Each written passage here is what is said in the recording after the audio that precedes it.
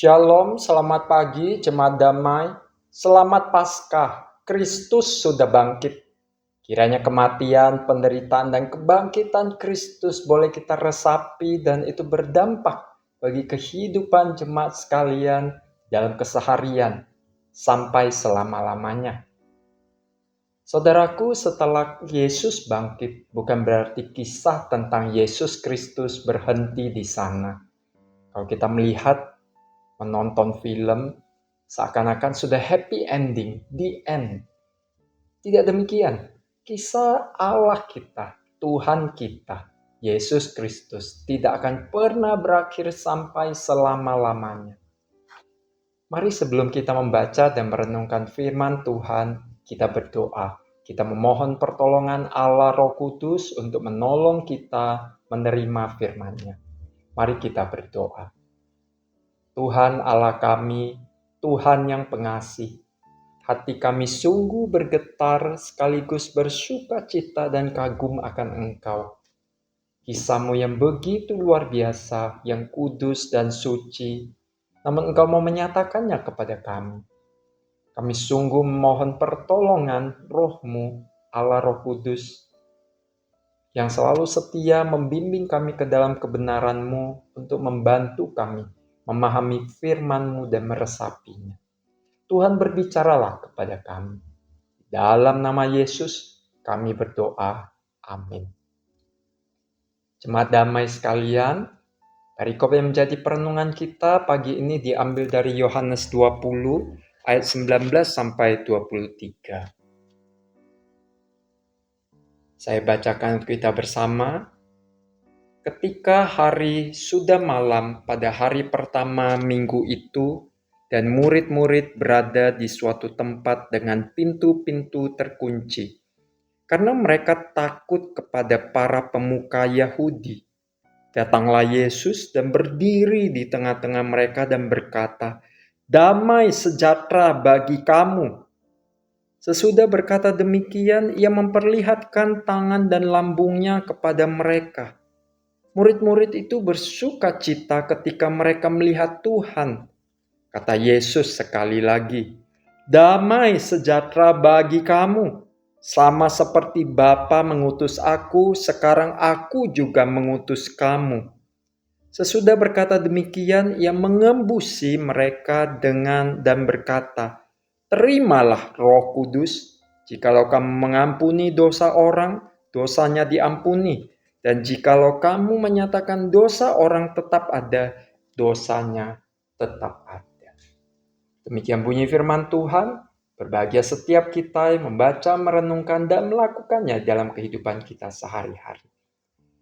Jemaat damai yang terkasih, kondisi para murid yang belum bertemu dengan Tuhan Yesus yang sudah bangkit saat itu, mereka masih dicekam oleh kecemasan, ketakutan. Dalam bacaan kita dikatakan mereka takut kepada para pemuka Yahudi. Karena para murid tahu yang menangkap, menyiksa, dan menyalibkan Tuhan Yesus itu adalah para pemuka Yahudi.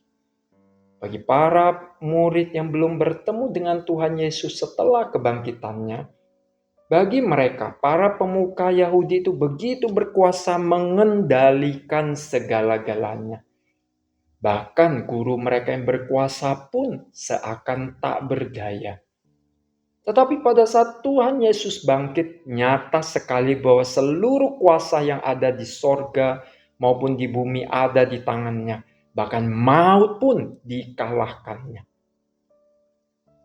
Namun saudaraku, berita kebangkitan Tuhan Yesus itu tidak begitu mudah tersebar saat itu. Berbeda sekali dengan zaman kita sekarang. Peristiwa di tempat yang begitu jauh dalam hitungan bahkan beberapa detik sudah sampai kepada kita.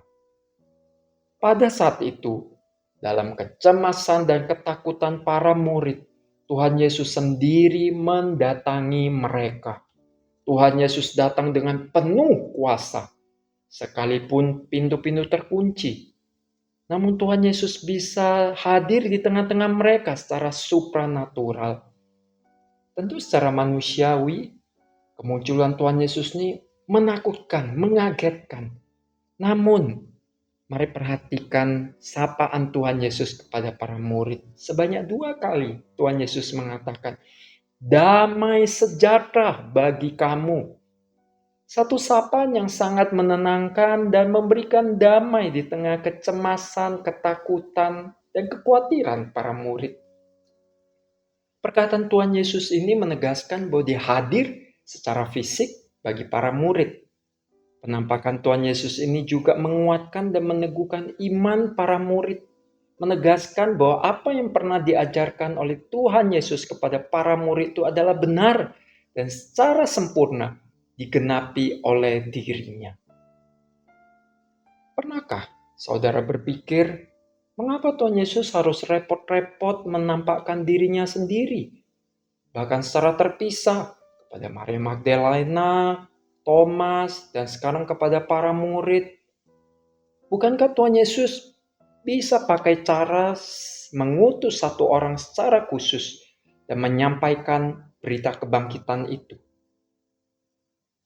Dengan Tuhan Yesus menampakkan diri secara pribadi dan secara fisik kepada orang-orang yang dikasihinya dan kepada para murid, Dia ingin menyatakan Dialah Tuhan yang sejak awal memanggil mereka, yang hidup bersama dengan mereka. Dia tetap ada secara personal bagi mereka. Bahkan setelah kebangkitannya, Tuhan Yesus tidak pernah meninggalkan mereka. Tuhan Yesus tetap hadir dan berada di tengah mereka secara personal bagi para murid. Penampakan Tuhan Yesus secara personal ini juga dipakai oleh Tuhan Yesus untuk mengutus para murid untuk menjadi pemberita Injil, melanjutkan pemberitaan tentang kematian, penderitaan, kebangkitan, serta kehidupan kekal yang diberikan oleh Tuhan Yesus bagi seluruh dunia, bagi setiap orang yang mau percaya kepadanya. Dalam pengutusan ini pun Tuhan Yesus menegaskan bahwa Roh Kuduslah yang akan menyertai mereka menjalani misi pengutusan yang diberikan kepadanya. Roh Kuduslah yang akan menghibur dan menguatkan mereka menghadapi hidup yang penuh tantangan sebagai murid-murid Kristus yang setia hidup memberitakan Injil.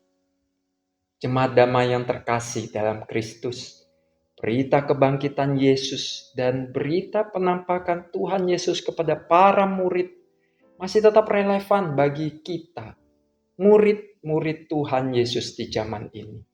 Tuhan Yesus tetap hadir, bahkan selamanya hadir secara supranatural dan secara personal lewat rohnya bagi setiap kita yang percaya kepadanya. Kalau saudara mendapati hidup saudara begitu sulit, begitu penuh dengan tantangan sebagai murid Kristus, ingatlah perkataan Tuhan Yesus. Damai sejahtera bagi kamu. Ingatlah penyertaan Tuhan Yesus. Ingatlah kekuatan dari Roh Kudus untuk menjalani hidup sebagai murid-murid Kristus yang setia menyaksikan Injil dalam kehidupan saudara. Kiranya berita kebangkitan Tuhan kita, Yesus Kristus ini meneguhkan dan menguatkan jemaat sekalian untuk menjalani hidup sebagai murid-murid Kristus dan setialah hidup sebagai saksi Injil dimanapun saudara berada. Amin. Mari kita berdoa. Tuhan, kami bersyukur untuk satu berita kebangkitan yang begitu menguatkan, meneguhkan, yang menolong kami untuk boleh punya pengharapan dalam hidup ini. Terima kasih untuk kehadiran-Mu lewat Roh-Mu yang kudus yang terus menyertai dan menguatkan, meneguhkan kami. Menyertai kami sampai selama-lamanya. Mampukan kami untuk menjadi saksi-saksi Injil, memberitakan pengajaran, kematian, kebangkitan Kristus di dalam hidup kami. Terima kasih Tuhan untuk firman-Mu. Di dalam nama Yesus kami berdoa. Amin. Tuhan memberkati.